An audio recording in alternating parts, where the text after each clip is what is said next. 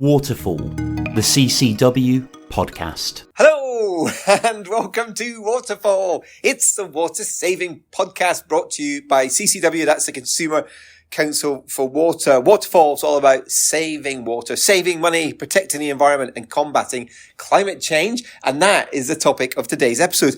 I'm Mike and I am here with Karen. Hiya, Karen. Hello, you Mike. All right? Yeah, I'm fine, thank you. I'm really looking forward to today's conversation. Me too. So you're ready for action? I think I am.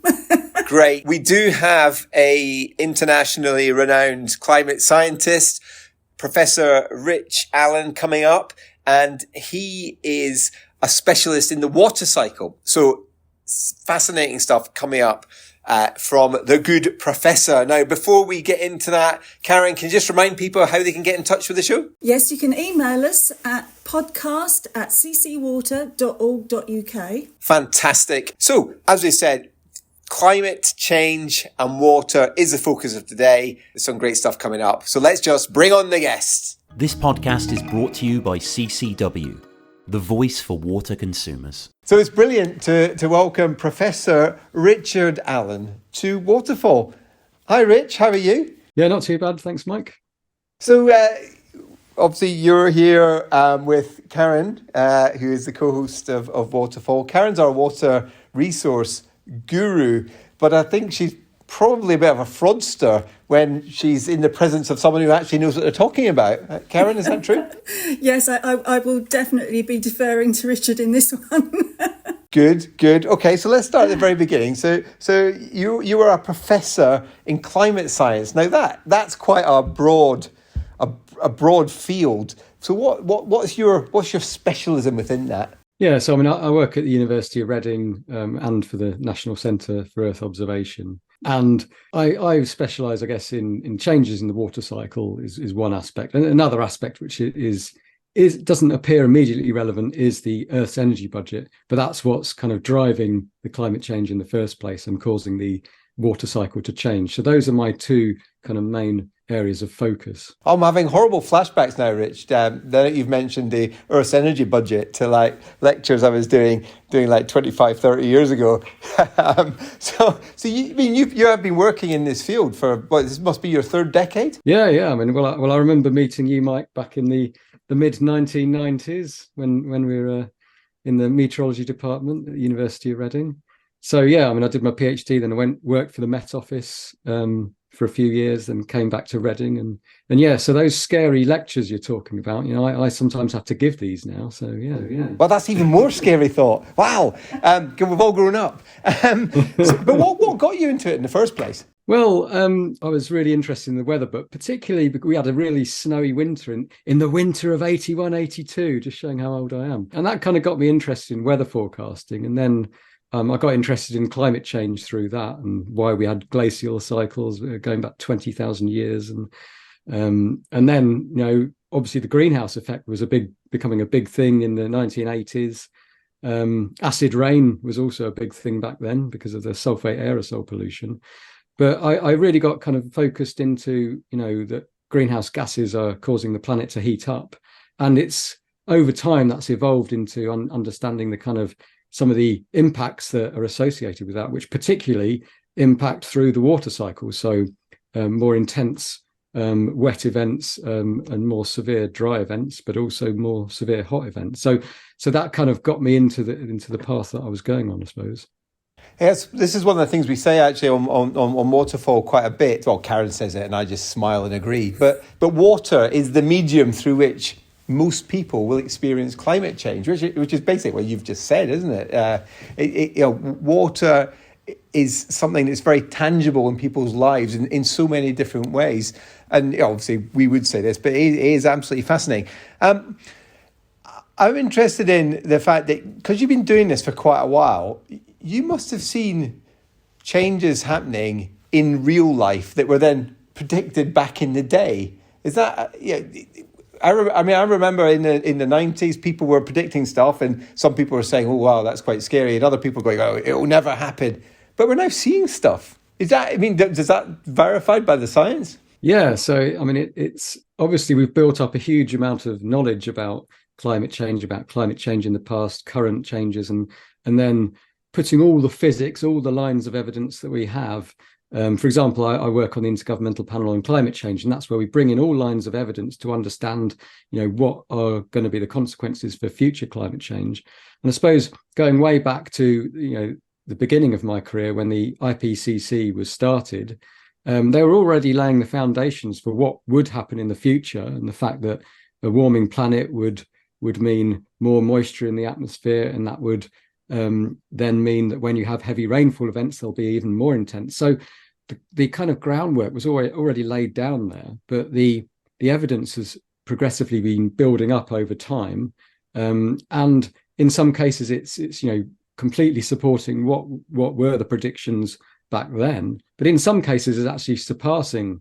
So the current global conditions, the current temperature spikes that we appear to be having, the intensity of rainfall events and associated flooding, and the intensity of drought and heat waves and wildfire conditions. Some of these appear to be surpassing almost what we were thinking, but then perhaps some of that just comes down to the imagination, in the sense that it's very easy for a scientist to do this work and say, well, this is what's going to happen, but then actually seeing the reality of it is a whole different kettle of fish. I mean, we've certainly seen some extraordinary weather patterns over the last couple of years in terms of record-breaking heat waves and wet weather as well. I mean, anybody who's been sort of watching the news in the last couple of years would not have been able to escape the fact that we've seen some extraordinary extremes. That's right, and it's all kind of consistent with a warming world, and the fact that, I mean, you talked earlier on, Mike, about water being tangible for people, but actually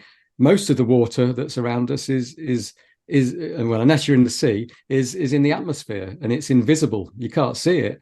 It's water vapor, but that's the crucial and most physically understandable aspect of the water cycle, in that as the atmosphere warms up, it can hold more water vapor, and so a warmer atmosphere is like a more thirsty atmosphere. It's more able to sap the moisture from one region, and then for the winds to transport that moisture into storm systems and intense rain. So you get this effect that there's more water in the atmosphere, so the atmosphere is more thirsty. It's more able to dry one region out, and it's more able to intensify the rainfall in other regions. And again, it goes back to what you were saying, Karen, as being of what we've been seeing: more variable conditions, more intense wet events, but also more intense and more rapidly onsetting dry events. So you actually get more extremes in both senses, wet and dry, but also more variability from day to day, from season to season, and from year to year.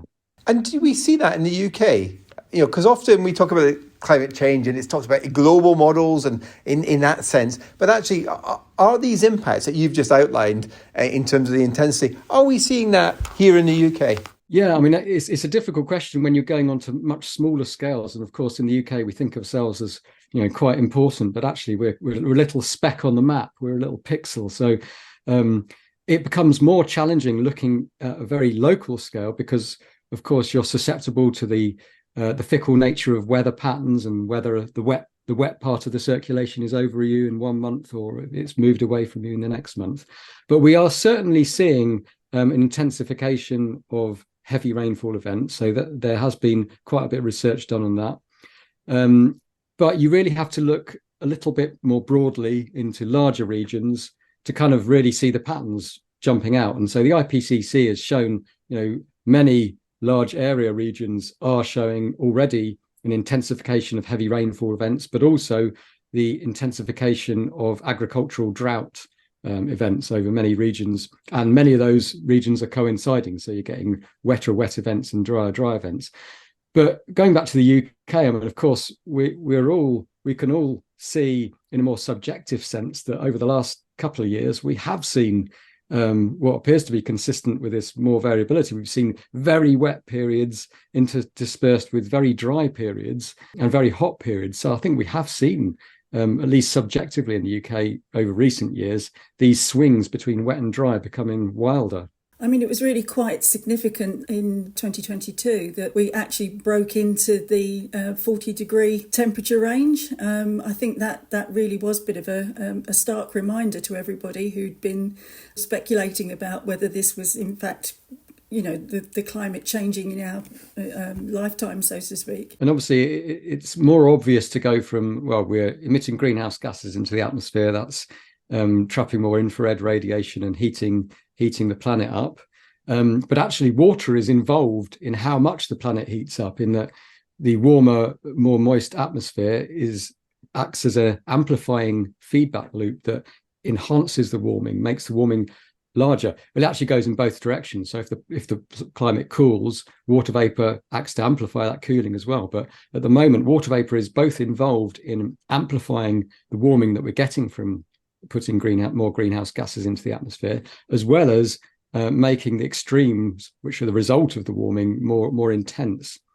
So yeah, it's water vapor is absolutely, water is absolutely crucial in climate, both from the actual nuts and bolts of how much warming are we going to get, and then what are the impacts on societies. Yeah, I've always thought of water vapor as like turbocharging the system, so it's speeding up. That's my noddy way of explaining what you've just said. Well, you said it much more succinctly than me, Mike. So yeah. That doesn't happen very often on Waterfall.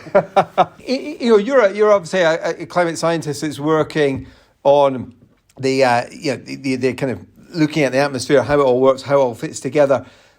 From your point of view, what do you think the implications are then, from what you're seeing, on how we manage water, not just in the UK but elsewhere? Well, I know that's probably a different person in a different department who's looking at that at Reading Uni. But as a scientist, you're not totally removed from the impacts, are you? Well, no, that's right. And I mean, the obvious impact is, extremes will be more intense when they occur. I mean, weather patterns tend to generate the extremes when they occur, but when they do occur, a warmer world will make them more extreme. So we'll have to adapt to a greater intensity of rainfall in these heavy rainfall events, but also a greater intensity of dry events as well. And I think, going back to what you were saying, Mike, it also demands, because we're likely to get bigger swings between one and the other, that's also demanding in terms of going from very dry to very wet can have its own problems. For example, as I'm sure you've talked on this podcast, when you might get encrusted dry soils that make the impacts of that heavy rain even worse, because it runs straight off rather than infiltrating into the soil. So there are all these knock-on effects that aren't that simple, but they need careful consideration in terms of how we adapt to this ongoing climate change. And I think that's something Karen and I have certainly talked about this quite a bit, that in the eyes of a lot of people, it's confusing. So it's getting very wet, and it's getting very dry.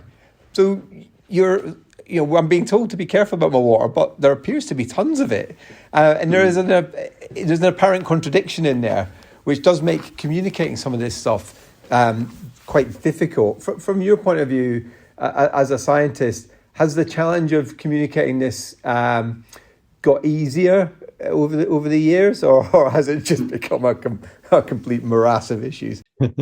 It has actually got a lot easier, but that's more from the sense that I remember in the early 2000s, there was a lot of pushback from climate skeptics.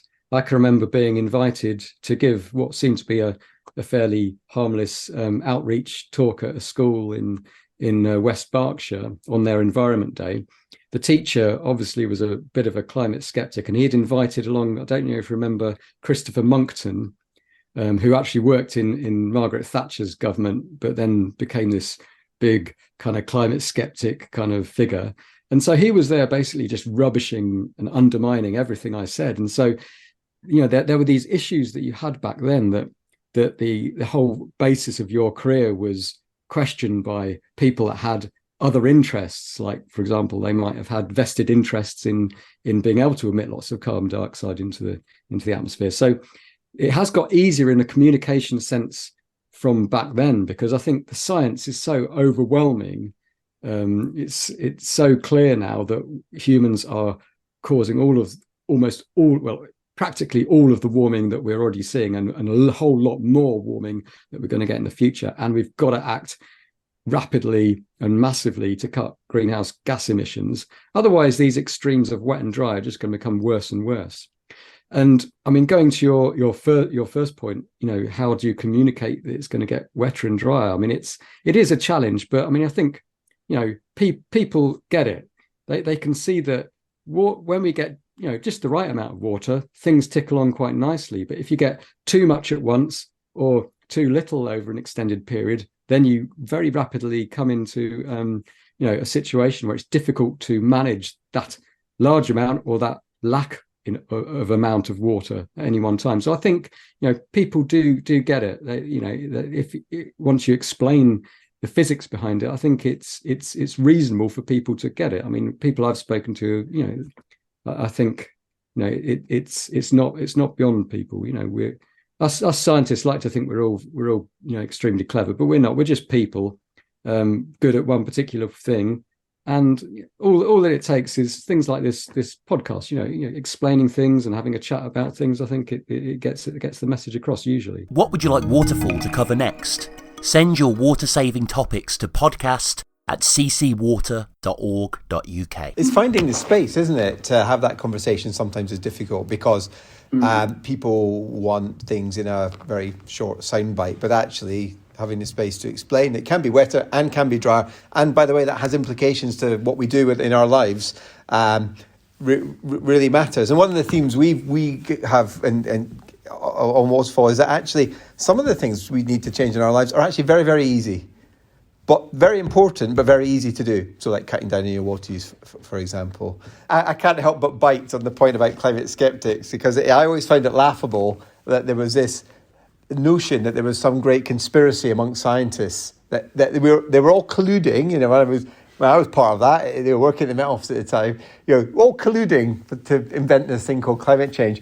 And it made me laugh because I just fundamentally thought we weren't that clever to be able to have a collusion on that scale, And it is quite insulting that people are undermining the integrity of literally thousands of scientists. It is laughable. The unfortunate thing as well now is, of course, as Richard was saying, people will start to have lived experience to draw on, when we inevitably have more of the summers that we had last year and the subsequent flooding events that were pretty widespread as well. So unless we all start working on the basis that we will need to adapt to a changing climate, there is going to be a need to do a lot more of the communication as well as the action that's necessary to help us manage. Yeah, and I think that's absolutely right. We've got to be able to adapt to the inevitable climate change, but of course we've got to do the both. We've got to do adapt and to mitigate the root cause of it, which is the carbon dioxide emissions. So it's about reducing, tackling your carbon emissions problem as well as tackling, well, how do I use water more efficiently, which, goes towards more the adaptation side. So I think it's the both. It's the both things that are important. So where do you stand then in terms of looking to the future? How optimistic are you about the future, or are you very gloomy about the future? Just where do you stand? Well, I'm generally just an extremely pessimistic person, but but actually with climate change, because I suppose it's something as part of my job, I do see that we do have the option and the developing technologies and the wherewithal to if not limit climate change to 1.5 degrees C above pre-industrial, which is the most severe limit that on the Paris Climate Agreement, I think we've still got enough capability and enough motivation to do quite a lot to limit climate change. And the important message is, of course, is that as soon as we've seen in the news recently about days going above 2 degrees C above pre-industrial times, and of course, which is different from what is meant by the Paris Agreement, which is when the climate over multiple decades passes these thresholds like 1.5 degrees or 2 degrees C above pre-industrial. But the fact is that every bit that we do to limit and cut our carbon emissions is going to avoid an even worse future, an even more challenging aspects of the water cycle in the future. So every bit we do to mitigate these carbon dioxide emissions is going to help.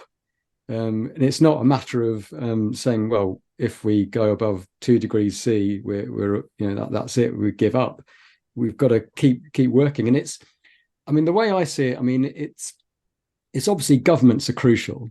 And that's why I was involved in the IPCC, and I was involved in drafting the summary for policymakers and actually agreeing line by line with over 150 government representatives to agree line by line what the summary for policymakers says. And I think that's really important because it gets a buy-in from countries. So governments are absolutely crucial in driving this, but also it's all of us. It's our individual selves, it's local groups, it's companies, universities like the University of Reading. It's going across the whole spectrum, working together, working collaboratively, and working across sectors. So it's not as simple as one thing. It's working collaboratively across all sectors. Really, that's the key. Absolutely. I was just wanting to I think you sold yourself a bit short in your own introduction to yourself, because the IPCC, just for our listeners, people might not be familiar with that. So every so often, I can't remember how many years, every 5 years, is it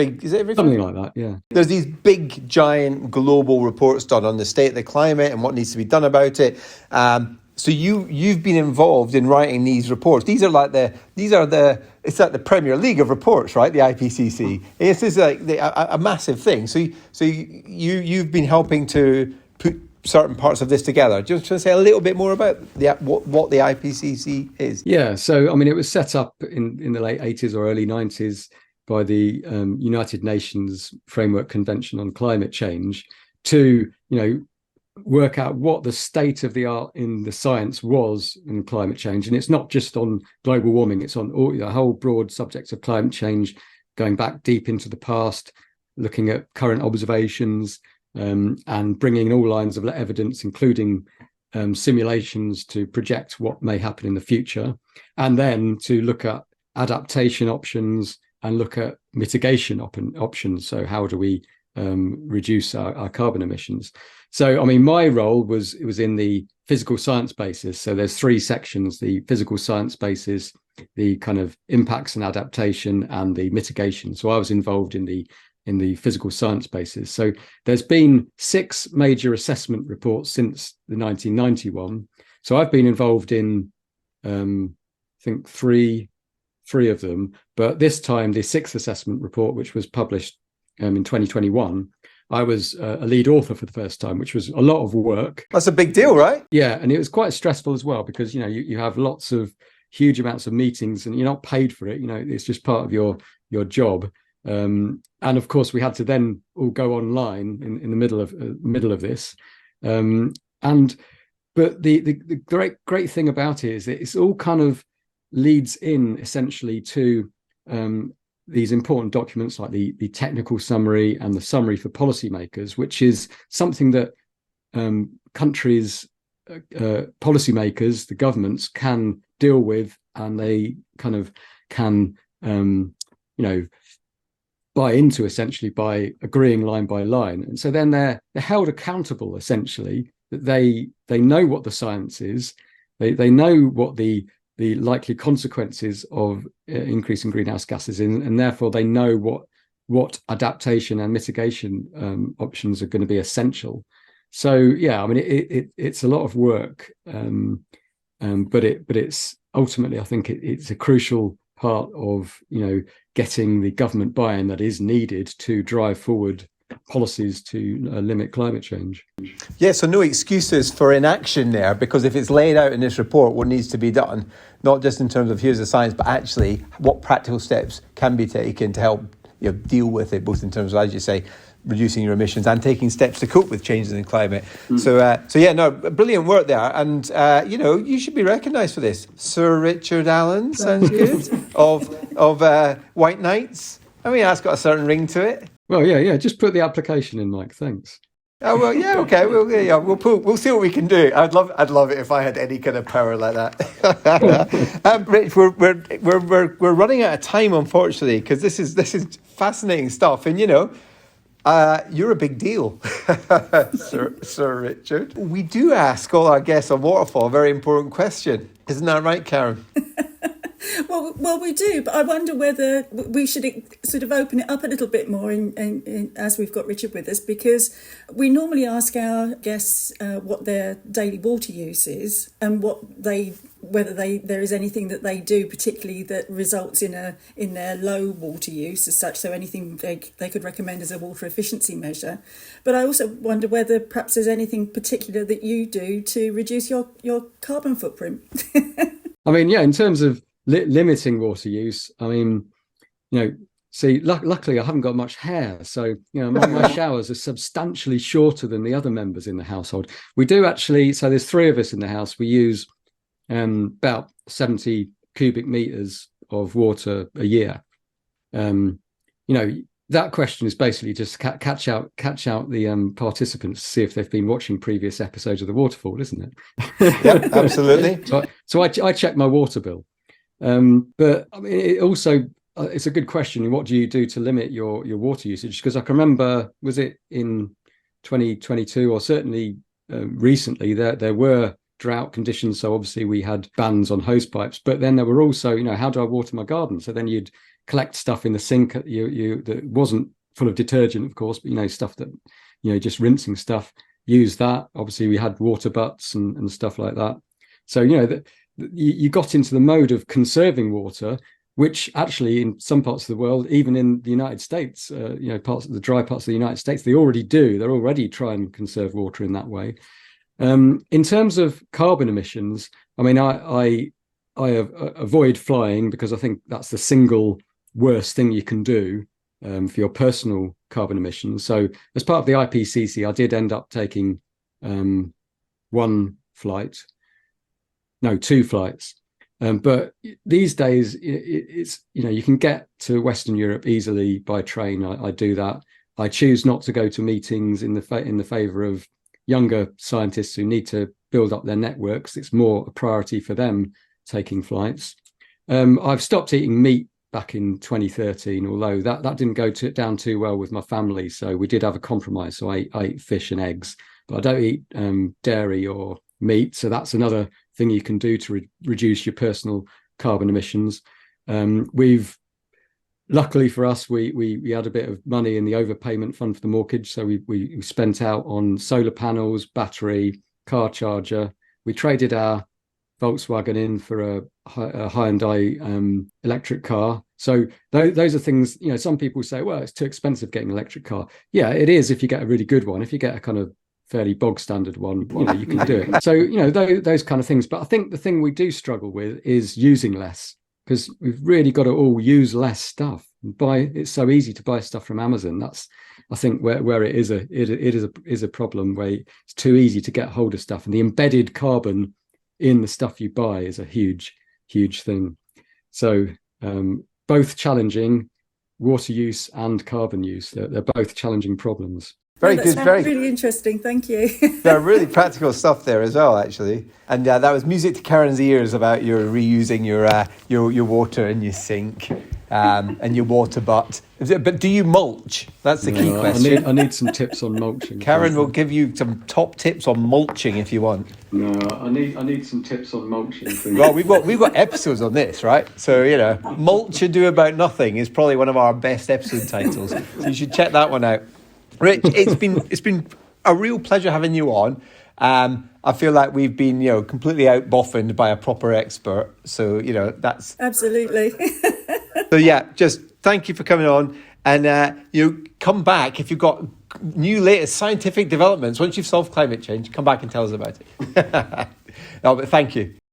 No, it's great to see you, Mike. And, again, and yeah, nice to meet you all. Be sure to head back through the archives and check out all the past episodes of Waterfall. Wow, that was a great interview there with Professor Richard Allan. What a nice guy, and humble too, or maybe just a really good bluffer at being humble. But fantastic work he does, and that's that Intergovernmental Panel on climate change work. That is the cream of the cream. I know we said it was like Premier League in the interview, but that is big stuff. So it was great to have him on Waterfall. What stuck out from that, Karen, with you? What really stuck with you? I think what Richard was able to do was to really explain how we're going to be seeing these more variable and more extreme events coming through, whether that's the hot, dry, drought conditions that we experienced in 2022. But subsequently, these really intensive rainfall events and storms that we've had this year. So, these are the sort of things that we've got to prepare for in the future. No, absolutely. Massive implications, not just on what we do about water resources, but how we manage drainage as well in the round too. I mean, there was actually some really positive messages coming out as well there. It's not just, oh my word, it's getting worse. Things like it's easier to communicate now. And I think that, actually we need to take those opportunities to talk to people about it because, as Richard said in the interview, people do get it. But you've got to take that bit of time to explain to them. And I think that really matters. And the other thing was I really liked, even though Richard claimed to be a pessimist, was the don't lose hope aspect of it when it comes to steps you can take to reduce your water use or reduce your own personal greenhouse gas emissions, because every bit matters. It's not just about going, if we exceed a 1.5 degree target, then we give up. No, everything matters because it still can make an impact, make an impact in reducing the impact. Well, there was a very clunky way of putting it, but and that's why I'm not a professor. No, I think Richard was able to show that even at an individual level, you can make choices about the way you travel, your mode of your own transport, the things that you can make adjustments to around the home and when you're at work, and they're not life-changing, they're just, decisions to do things a little bit more carefully. Yeah, it's interesting, isn't it? There's quite a link between the things we're saying about water efficiency also matter, and then also matter when it comes to reducing emissions too. There's a lot of similarities. Yeah, absolutely. We did look at his water use as well, Karen.